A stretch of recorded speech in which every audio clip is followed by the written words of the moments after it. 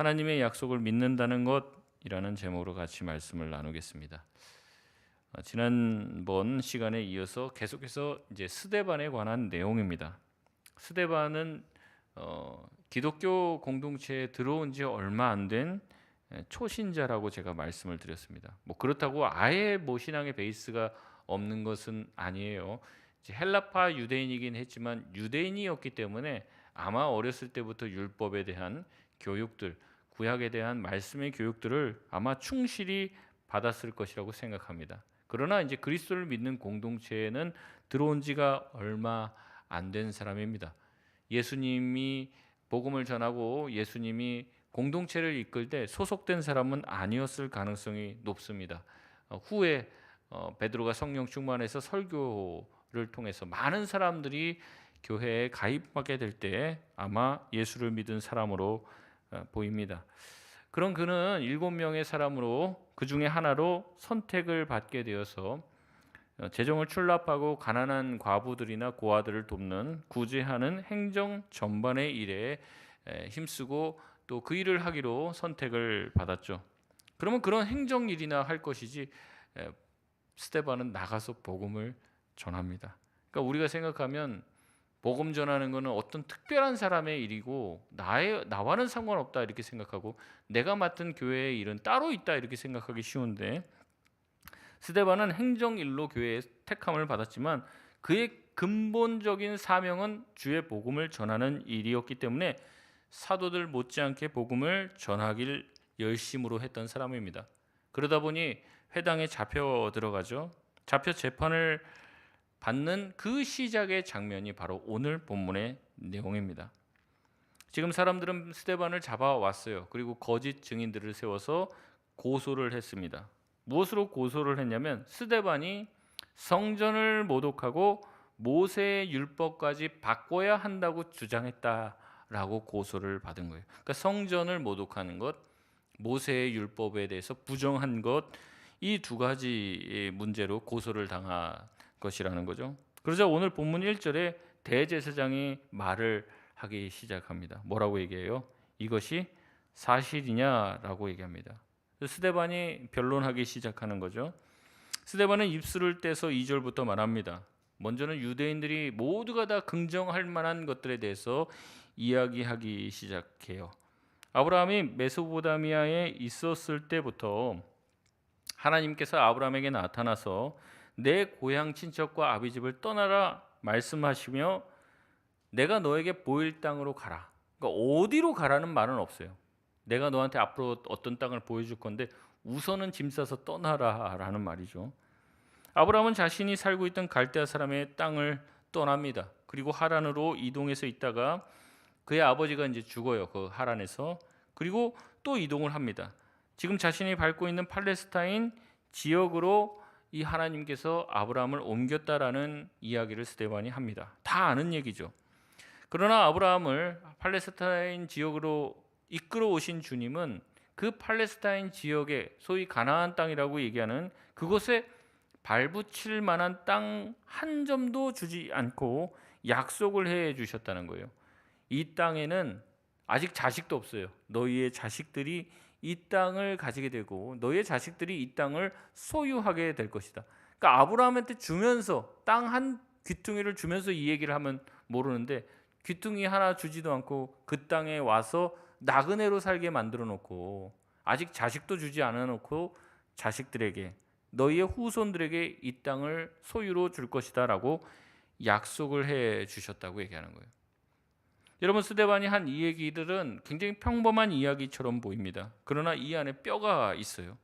스데반은 지금 아브라함이 뭔가 잘나서 이쪽 지역으로 왔다라고 말하는 게 아니에요. 2절에 보니까 누가 아브라함을 이곳까지 이끌었다고 말하고 있습니까? 영광의 하나님이 아브라함에게 나타나셔서 이렇게 여기까지 인도해 주셨다는 거죠. 또한 4절에 하란으로 이동한 아브라함을 팔레스타인 땅까지 이끄신 분도 누구라는 거예요? 하나님이라고 얘기하는 거예요. 다 아는 얘기입니다. 아브라함을 옮기시고 또 옮기신 분 누구예요? 하나님이죠. 그러면 이 얘기가 다 아는 얘기고 다 공감하는 얘기예요. 스데반이 왜 이런 이야기를 하는 것일까요? 지금 스데반은 고소를 당했습니다. 모세와 성전을 모욕한 자라고 고발한 자들에게 지금 얘기하는 거예요. 너희는 자꾸 모세를 중요하다 생각하고 성전을 중요하다고 생각하고 이것을 모욕한 사람이 신성 모독자다라고 얘기하면서 고발하고 있지만 나는 그런 적이 없을 뿐만 아니라 내가 너희들에게 말하고자 했던 것은 성전에 대한 것도 아니고 또 율법에 대한 것도 아니라 누구에 관한 얘기를 하고 있다는 거예요. 하나님에 대해 관한 얘기를 하고 있다는 거예요. 하나님이 아브라함에게 주셨던 얘기들을 자기가 하고 있는 것이라는 거죠. 스데반은 다른 사람들의 시선을 의식하지 않습니다. 하나님을 의식합니다. 하나님을 중요하게 여겨요. 하나님께서 기뻐하시는 것, 하나님이 어떠한 말씀을 하길 원하시는가, 거기에만 관심이 가 있습니다. 물론 다른 백성들이 생각하는 것처럼 모세도 중요하고 아브라함도 중요하고 성전도 중요하겠죠. 그러나 더 깊이 들어가면 모세보다 더 중요한 게 하나님이시죠. 모세를 태어나게 하시고 민족의 지도자로 만드신 분이 누구십니까? 하나님이라는 거죠, 결국에. 아브라함을 이곳까지 인도하신 분 누구십니까? 하나님이라는 거죠. 여러분, 성전이라는 건물도 중요합니다. 성전 너무 중요하죠. 근데 여러분, 왜 성전이 성전입니까? 성전 안에 누가 계시기 때문에 그래요? 하나님이 계시기 때문에 그래요. 성전 안에 하나님이 계시지 않으면 성전은 아무짝에도 쓸모가 없습니다. 성전이 거룩하고 위대한 이유는 그 성전을 통해 하나님께서 너희들과 만나겠다라고 말씀하셨고 성전에 하나님께서 임재해 계시기 때문에 그런 거죠. 하나님이 계시지 않다면 성전은 더 이상 성전일 수가 없습니다. 여러분, 우리 예배도 마찬가지예요. 예배도 거룩하죠. 기도와 찬송도 좋은 것입니다. 다 중요한 것이죠. 그러나 여기에 누가 빠지면 안 됩니까? 하나님이 빠지면 안 되는 거예요.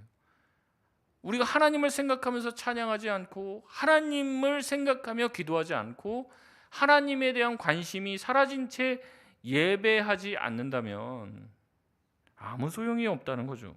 열심히 예배드리고 여러분 열심히 봉사하고 그러다가 피곤하고 지치고 교회에서 이제 내년에는 좀 그만해야겠다 이런 생각이 들지만 그럴 정도로 열심히 헌신하고 봉사하지만 거기에 하나님을 위해서 하는 마음이 없다면 도대체 누굴 위해서 하는 겁니까? 아무짝에도 소용이 없는 거예요. 목사님 너무 말이 심하신 거 아닙니까? 근데 정말 그래요. 허무하기 짝이 없는 거예요. 교회 일 열심히 하는데 하나님을 위하는 마음이 없어요. 하나님을 위해서 섬기지 않아요. 그냥 맡았으니까 한단 말이죠. 그것처럼 허무하고 하나님이 싫어하시는 게 또 없다는 말이에요. 여러분, 이러한 장면들은요 성경에서 빈번하게 등장합니다. 예수님도 말씀하고 계십니다. 마태복음 7장 22절에서 23절 말씀에 이렇게 말씀하십니다. 그날에 많은 사람이 나더러 이르되 주여 주여 우리가 주의 이름으로 선지자 노릇하며 주의 이름으로 귀신을 쫓아내며 주의 이름으로 많은 권능을 행하지 아니하였나이까 하리니. 23절 같이 읽겠습니다. 그때 내가 그들에게 밝히 말하되 내가 너희를 도무지 알지 못하니 불법을 행하는 자들아 내게서 떠나가라 하리라. 아멘. 이 앞에 나오는 내용이 뭐냐면 내가 너를 알지 못한다 그런 얘기를 해요. 그러니까 그 사람들이 화가 나서 얘기합니다.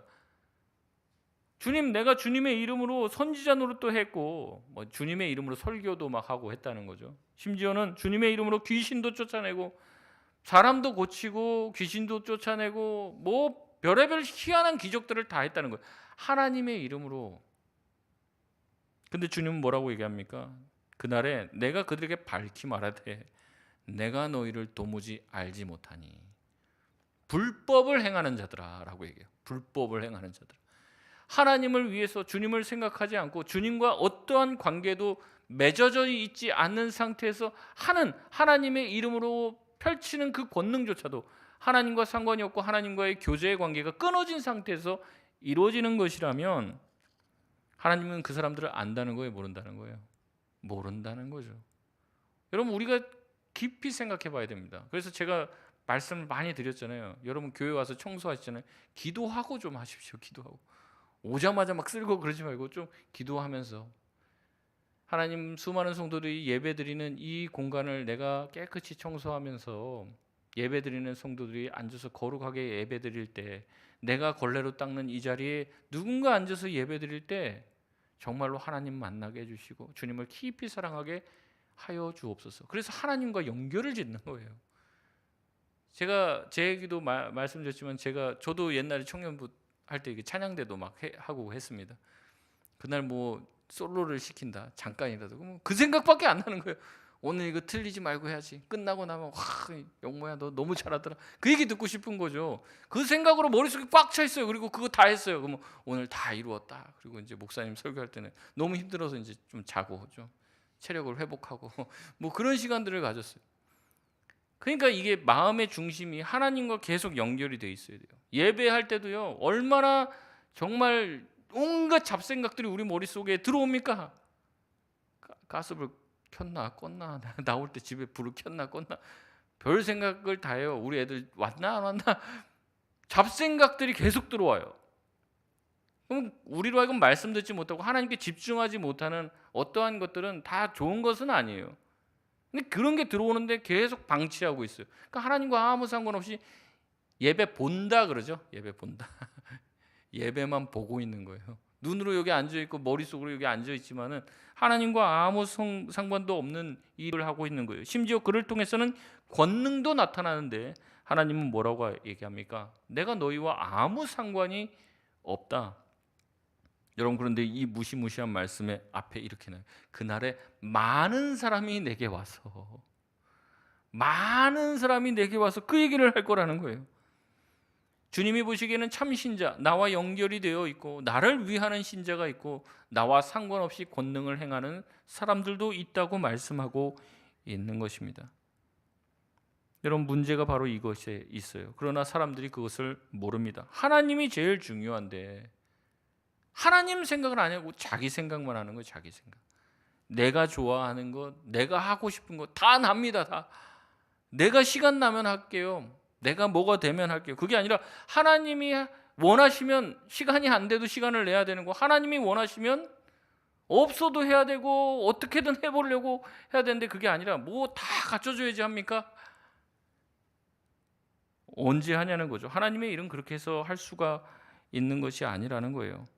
교회 와서도 하나님의 일을 하는 것이 아니라 말로만 하나님의 일이지 그냥 내 일을 하는 거예요. 내가 맡았으니까 나에게 주어졌으니까 내 일을 하는 거죠. 그러니까 하나님과 아무 상관없이 그렇게 산다는 겁니다. 사도행전 19장 13절에서 16절에도 비슷한 이야기가 나옵니다.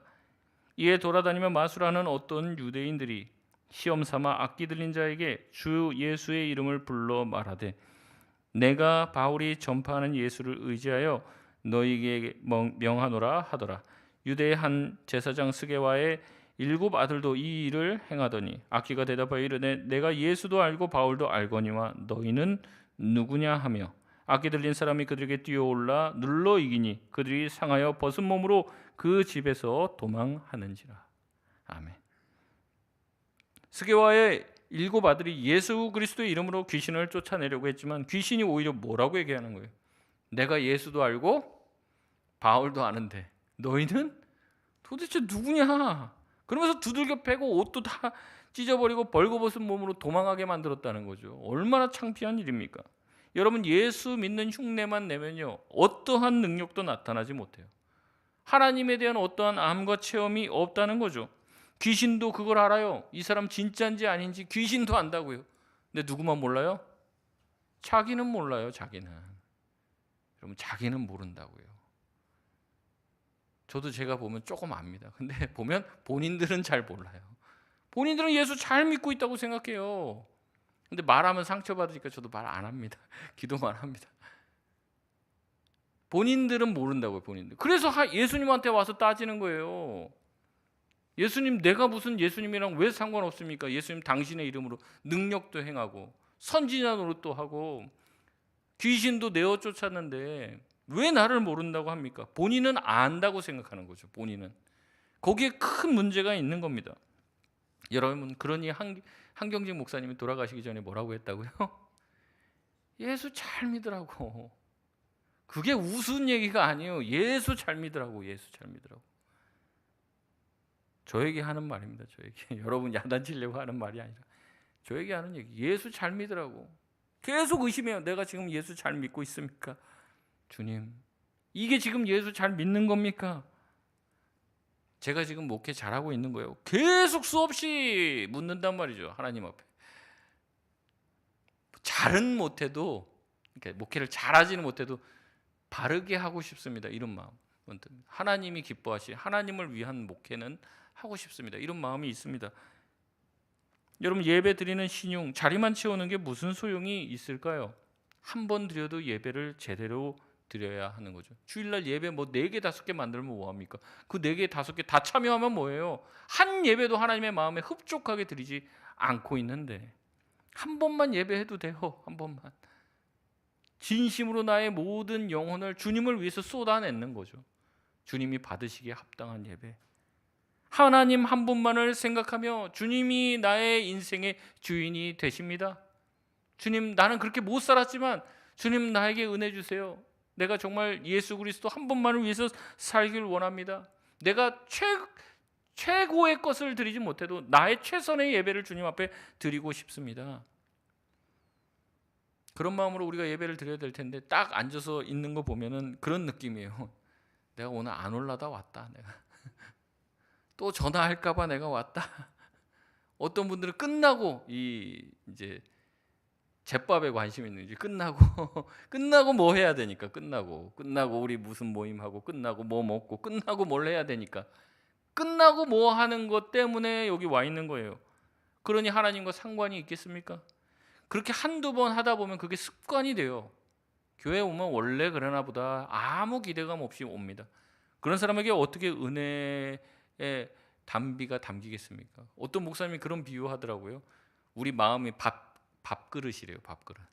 하나님은 예배 때 다 은혜를 내려주시는데 밥그릇을 딱 엎어놓고 있다는 거예요. 어떤 사람은 딱 이렇게 해서 입을 크게 열라 그렇게 말씀하시잖아요.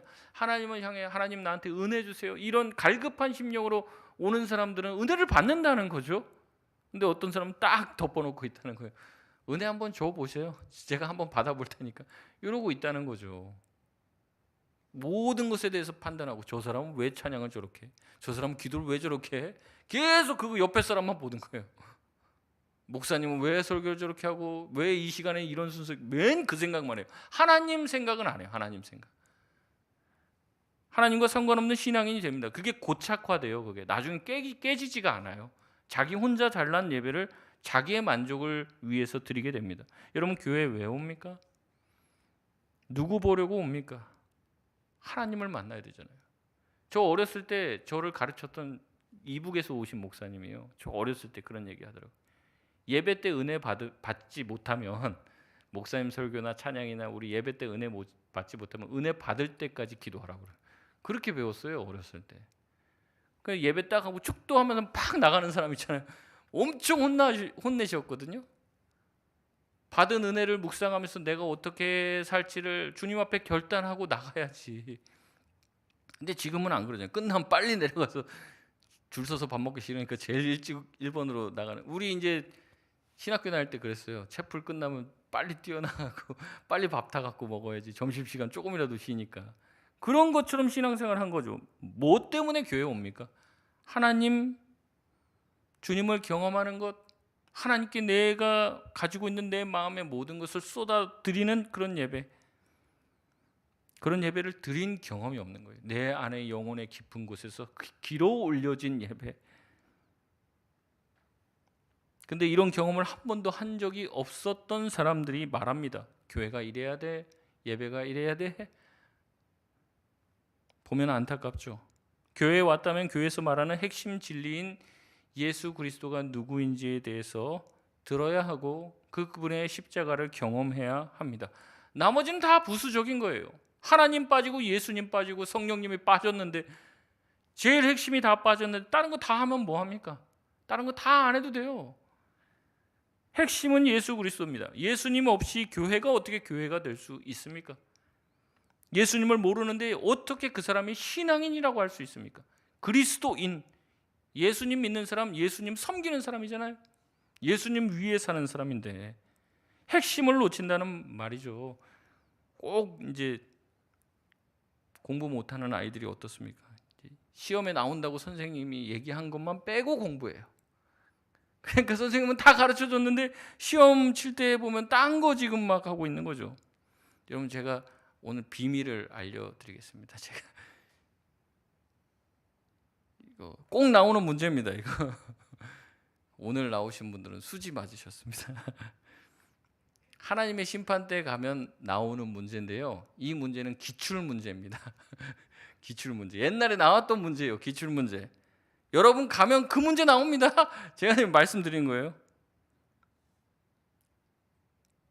누가 서 계실지 모르겠지만 하나님의 심판대에 가면 저와 여러분에게 물으실 겁니다. 너의 죄에 대한 대가를 누가 치를 것이냐 물을 것이라는 거죠. 우리가 정말로 예수 그리스도를 믿고 있다면 예수 그리스도 주님께서 이미 나의 죄를 십자가에서 치러 주셨습니다. 우리가 당당하게 얘기할 수 있어요. 근데 우리가 그렇게 얘기를 했는데 예수님이 너 누구야? 라고 이야기하면 뭐라고 대답하실 거예요? 이 기출 문제라니까요. 가면은 물어볼 거예요. 네 죄의 대가 누가 치렀냐? 아무도 치른 사람 없으면 네가 치룰래? 그걸 물어보면 우리가 어떻게 대답을 할 거냐는 거죠. 너는 누구를 믿었고 누구를 위해서 살았냐? 라고 얘기했을 때 여러분 오늘 하루 누구를 위해서 살았습니까? 그게 이제 하루하루가 쌓이는 거잖아요. 지난 한 해, 올 한 해는 누구를 위해서 무엇을 위해서 살았습니까? 누구에게 충성했습니까? 누구에게 가장 많은 시간을 관심과 생각을 드렸습니까? 여러분 우리는 주님의 심판대에 가서 다 질문을 받게 될 거예요. 근데 이건 새로운 질문도 아니에요. 새로운 질문. 처음 듣는 질문도 아니에요. 늘 들어왔던 질문입니다. 나는 누구를 위해서 살았고 누구를 믿었으며 누가 우리의 죄를 위해서 대가를 치를 것이냐. 여러분 우리는 이 땅에 있을 때 그리스도의 십자가를 붙들어야 할 줄 믿습니다. 나의 대가를 다 예수님이 치르셨습니다라고 눈물 흘리며 고백할 수 있어야 할 줄 믿습니다. 배운 대로 대답해서 되는 게 아니에요. 배운 대로. 내 영혼에서 나오는 대답이에요. 내 영혼을 전율시키는 대답. 신앙에서 무엇보다 중요한 것은 하나님입니다. 예수님입니다. 복음입니다.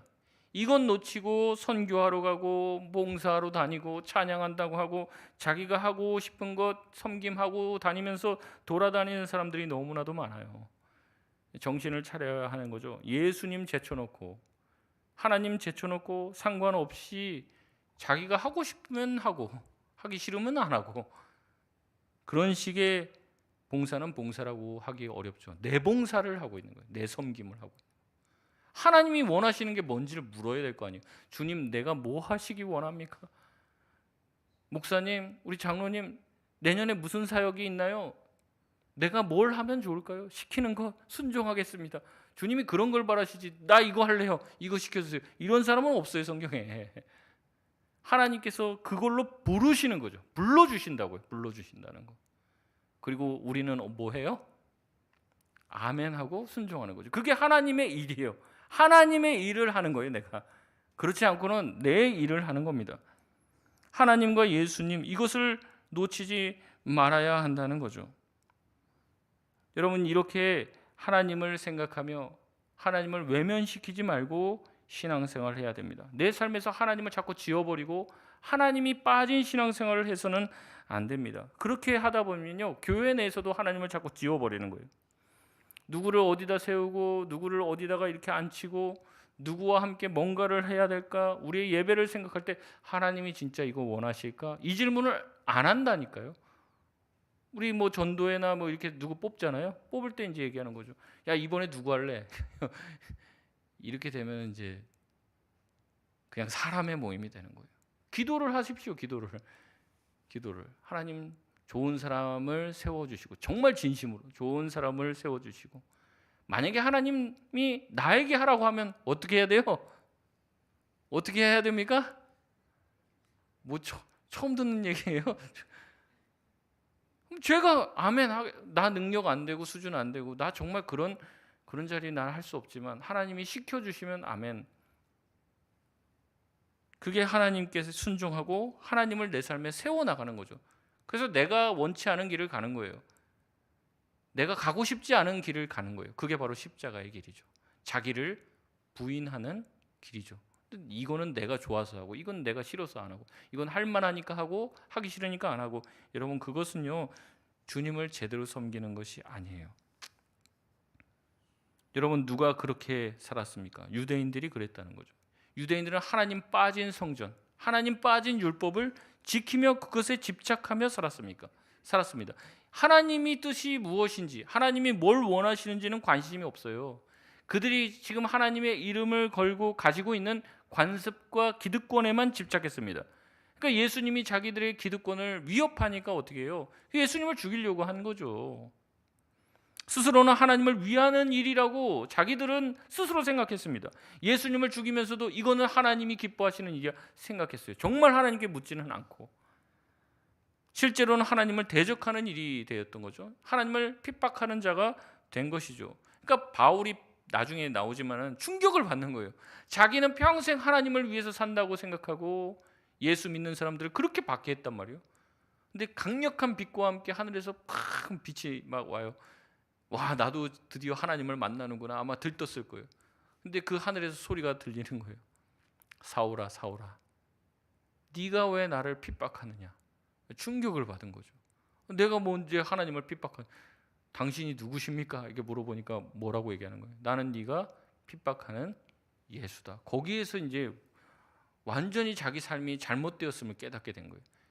아, 내가 하나님을 위한다고 살았던 삶이 사실은 하나님을 욕되게 하는 것이었구나. 하나님을 핍박하는 것이었구나.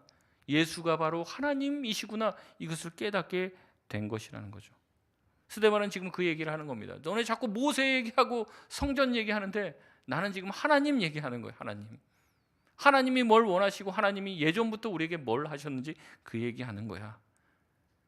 그러면서 스데반은 한 가지 얘기를 더 합니다. 하나님은 어떤 하나님이냐? 과거부터 지금까지 약속의 하나님이라는 말을 합니다. 하나님께서는 아브라함에게 얘기했어요. 내가 너에게 보여줄 땅으로 가라. 그리고 그 땅을 너희들의 자녀들에게 내가 상속물로, 소유물로 줄 것이다. 뭘 하셨어요? 약속을 해 주신 약속의 하나님이라는 거죠. 여러분, 하나님은 약속의 하나님입니다. 약속을 하시는 하나님, 약속을 지키시는 하나님이십니다. 근데 여러분, 약속이라는 게 참 애매해요. 약속이라는 것은 약속을 할 때 항상 뭐가 전제가 되냐면 믿음, 소위 말하는 신용이 이 전제가 되어 있습니다. 신용이 없는 사람과 약속을 하지 않아요. 믿을만 하는 사람과 약속을 해야 되는 거죠. 이 사람 믿지를 못해요. 그러면 약속을 하면은 나중에 사기를 당할 가능성이 농후하니까 저도 이제 당근마켓 거래하는데 이제 온도를 봅니다. 이 사람 신용 온도가 얼마큼 되나. 이 사람이 거래한 이제 흔적들을 보면서 이 사람 친절한 사람인지 아닌지를 봐요. 여러분, 물건 살 때도 밑에 뭘 봐요? 리뷰를 보죠. 리뷰. 이 물건을 산 때 몇 명이 샀고 리뷰를 보는 거예요. 그게 신용도라는 거죠. 많은 사람이 살수록 또 그 사람들이 좋은 평을 남겼을수록 믿을만하다는 생각을 하는 거예요. 여러분, 그런데 사람들은요, 이 믿음이라는 것을 갖기가 참 어렵죠. 그래서 우리는 사람들을 쉽게 믿지 않습니다. 그러다 보니까 우리가 하나님을 향해서 생각할 때도 비슷하게 생각하는 거예요. 기도하면 바로 돼야 돼요. 바로. 약속 어음은 필요 없어요. 현찰이 꽂혀야 돼요. 내 계좌에 딱 입금이 돼야 돼요. 내가 한 달 후에 입금해 줄게. 그거 필요 없습니다. 어떻게 믿어요, 그거를? 내가 반드시 그렇게 해줄게 라는 약속은 안 믿는다고요. 뭐예요? 지금 돼야 돼요. 지금 빨리 기도하고 아멘 하는 순간 돼야 된다는 거죠. 저도 이제 제가 예전에 좀 몸이 안 좋아갖고 이제 기도를 했단 말이죠. 이제 턱이 자꾸 막 빠지고 아프고 막 이래서, 지금은 또 많이 기술이 좋아져서 뭐 교정도 하고 그런데 제가 있을 당시에는 막 양악 수술을 하든지 뭐 어떻게 턱 관절 수술 굉장히 어렵대요. 그래서 하는데 기도를 하는데 마음에 고쳐질 것 같은 느낌이 뭐 이제 제가 다니던 교회 목사님이 꼭 마지막 예배 시간에 마지막에 이제 말씀 듣고 기도하고 그 다음에 뭐 하냐면 치유 기도를 하는데 아픈 데다 손을 얹으십시오. 그래갖고 제가 탁 이렇게 얹어 나을 줄 믿습니다. 그러면서 뭐 허리 디스크부터 쭉 얘기하시는데 이제 제 느낌도 나을 줄 딱 이게 믿음이 확 들 때가 있잖아요. 그래서 아멘 딱 한 다음에 하면 턱이 또 빠질 것 같아. 이거 저도 간증 좀 하고 싶은데 이거 확 나와갖고 나왔다 막 그러면서 제 앞에 나와서 간증하고 싶은데 뭐또 그런 거 아이고 오늘도 또 공쳤네요. 그 다음 주 하고 또 그러고 또 기도를 하고 그러는데 어느 날 이제 그거를 뭐 그런 기도를 잊고 살았죠. 어느 날 딱 일어났는데 어머니가 학교 빨리 가야 되니까 밥 먹고 학교 가라 그래서 정신없이 밥을 먹고 있는데 제가 아침마다 밥을 못 먹었어요 제대로. 왜냐면 아침에는 턱이 안 벌어져요. 그러니까 거의 이제 죽 같은 것만 먹고 그랬었는데 숟가락이 입에 안 들어가니까. 근데 그날 막 밥을 먹고 있는데 저희 어머니가 그러는 너 턱 안 아파? 이렇게 물어보시더라고요. 이거 무슨 와 낫다 이제 그런데 제가 기억을 더듬으면 언제 낫는지 기억이 안 나는 거예요. 그래서 어쨌든 낫다 이렇게 생각을 하는데 하나님이 낫게 해주겠다는 마음을 주셔서 나았는데 이제 뭐예요? 우리가 항상 하나님이 낫다라는 증표는 뭐예요? 내가 기도하고 아멘 하면 그 즉시로 뭐가 돼야 돼요? 딱 나야지 그게 뭐 하나님이 해줬다 우리가 뭐 그런 거잖아요. 그러니까 약속은 잘 안 믿어요. 지금 딱 돼야 돼요. 그리고 지금 딱 된 그 간증만을 막 좋아하는 거죠. 그래야지 하나님이 정말 하신 것이라는 생각을 듣고 우리가 하나님께 기도하고 자꾸 얘기를 한단 말이죠. 그래서 우리가 어떻게 합니까? 하나님께 기도해도 안 되면은 지금 즉시 어떻게 좀 해달라고요. 졸르고 하다가 뭐 금식도 하고 자기 자신을 괴롭게도 하고 머리를 막 치면서 되게 해주세요 막 이러면서 자기를 괴롭게 하면 뭔가 될 줄 알죠. 그러나 하나님은 어떤 하나님이냐? 아브라함에게도 그랬어요. 그리고 많은 선지자들과 믿음의 선조들에게 뭘 해주셨어요? 약속을 해주신다는 거죠. 그리고 하나님의 때가 되면은 그 약속을 어떻게 하십니까? 이루시는 분이라는 거예요. 여러분 그렇기 때문에 우리가 이 약속을 믿고 받고 기다리기 위해서는 뭐가 필요하다고요? 믿음, 하나님을 향한 신용이 필요한 거예요. 많은 사람은 하나님을 신용할 수 없다고 얘기합니다. 근데 심지어 예수님 믿는 사람들도 하나님을 신용하지를 않아요. 하나님이 나를 지켜주시고 보호하시고 인도해 주실 것이라고 하는 약속을 안 믿어요. 어떻게든 내 방식대로 풀어보려고 하는 거죠. 여러분 그래서 믿음이 어려운 거예요. 믿을만 하고 뭐가 팍팍 되면은 믿죠. 근데 그게 아니라 될 것 같지가 않은 거예요. 근데 약속만 주시는 거예요. 아브라함이 얼마나 힘들었겠습니까? 자식 준다고 했는데 90살, 100살 될 때까지 자식 안 생기는데 될 법합니까? 근데 약속만 주신 거예요. 약속만. 믿기가 어려운 거죠. 근데 어떻게 해요? 아브라함은 그때도 줄 믿었어요. 근데 그렇게 힘들게 얻은 자식 어떻게 하라고 그래요? 데리고 가고 모리아산에서 같이 바치라고 얘기하잖아요. 각을 떠갖고 죽여서 바치라고. 근데 히브리서 말씀에 보면 뭐라고 얘기합니까? 이 아브라함이 내가 죽여도 하나님이 다시 살릴 것을 믿었다고 얘기해요.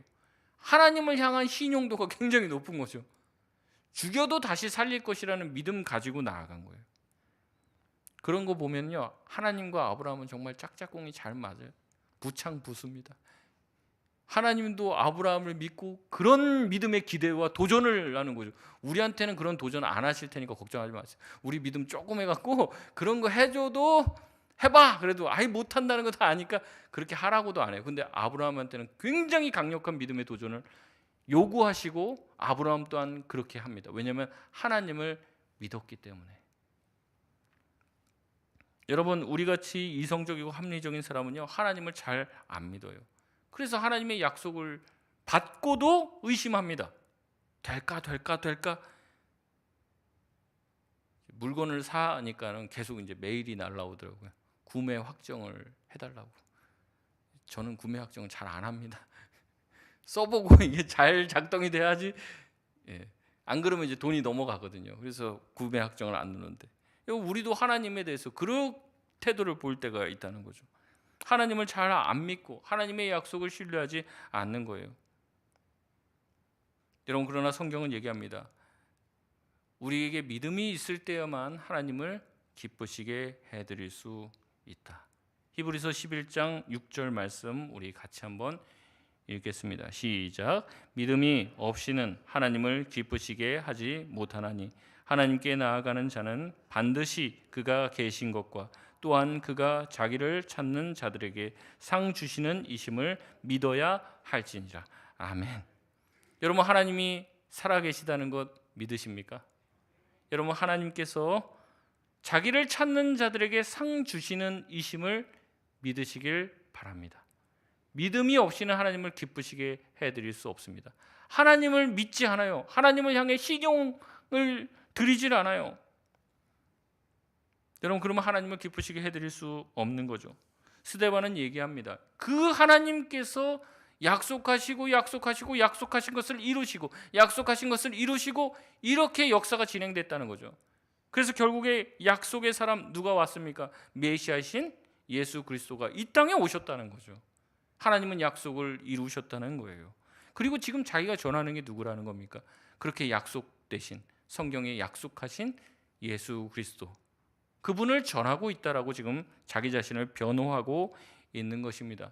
사도 바울도 이런 이야기를 합니다. 고린도전서 15장 3절에서 6절 말씀에 보면 내가 받은 것을 먼저 너희에게 전하였노니 이는 성경대로 그리스도께서 우리 죄를 위하여 죽으시고 장사 지낸 바 되었다가 성경대로 사흘 만에 다시 살아나사 게바에게 보이시고 후에 12 제자에게와 그 후에 500여 형제에게 일시에 보이셨나니 그 중에 지금까지 대다수는 살아있고 어떤 사람은 잠들었으며. 아멘. 여러분, 하나님은 어떤 하나님이냐? 성경의 말씀대로, 그 약속대로, 성경대로 하나님께서 그리스도를 보내시고 성경대로 십자가에 죽이시고 성경대로 사흘 만에 살아나게 하셨다. 어떻게 하셨다는 겁니까? 하나님은 약속을 하시고 그 약속을 성취하시는 하나님이라는 얘기를 하고 그 성취의 아주 극치를 보여주시는 게 바로 예수 그리스도의 성육신이며 십자가의 죽으심이라는 것이요. 그 예수 그리스도는 부활하셔서 승천하셨습니다. 그리고 우리에게 또한 약속하신 성령님을 보내주셨습니다. 하나님은 어떠한 하나님이십니까? 약속의 주체시며 약속을 실행하시는 분입니다. 하나님은 늘 우리에게 약속을 주십니다. 약속을 성취해 주십니다. 그러니 우리는 믿기만 하면 돼요. 하나님의 그 약속을 믿으시길 바랍니다. 믿음으로 인내하고 믿음으로 기다리면, 믿음을 가지면 그대로 될 줄 믿습니다. 우리는 자꾸 우리 마음에 눈에 보이는 어떤 현금을 달라고 그래요. 근데 주님은 우리한테 약속 어음을 주는 거죠. 이거 나중에 엄청나게 가치 있을 거야. 가지고 있어. 근데 이거 휴지 조각 아니에요, 나중에? 우린 자꾸 이렇게 의심한단 말이죠. 약속하며 약속을 이루신 하나님의 수많은 증거가 구약 성경에 켜켜이 쌓여 있고 신약에도 얼마나 많은 약속이 우리에게 주어져 있고 약속이 이루어졌습니까? 그럼에도 우리는 하나님을 믿지 않을 때가 많고, 주님, 내가 주님 좀 믿게 뭐 좀 보여주세요. 자꾸 뭘 보여달라고 그래요. 제가 제일 좋아하는 찬양, 이 눈에 아무 증거? 아니 배워도 뭐 증거가 있어야지 뭐 믿으실 겁니까? 도마처럼 뭐 손가락 다 집어넣으시겠어요?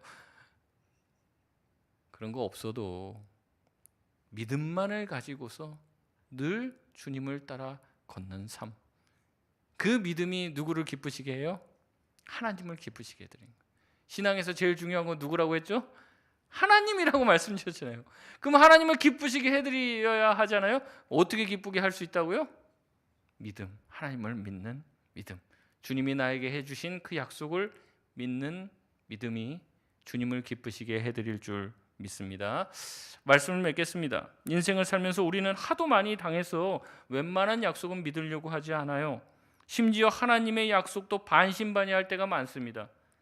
그러나 하나님은 약속하시는 분입니다. 그리고 약속을 지키시는 분이십니다. 물론 우리가 원하는 때 원하는 장소에서 일어나지는 않을지도 몰라요.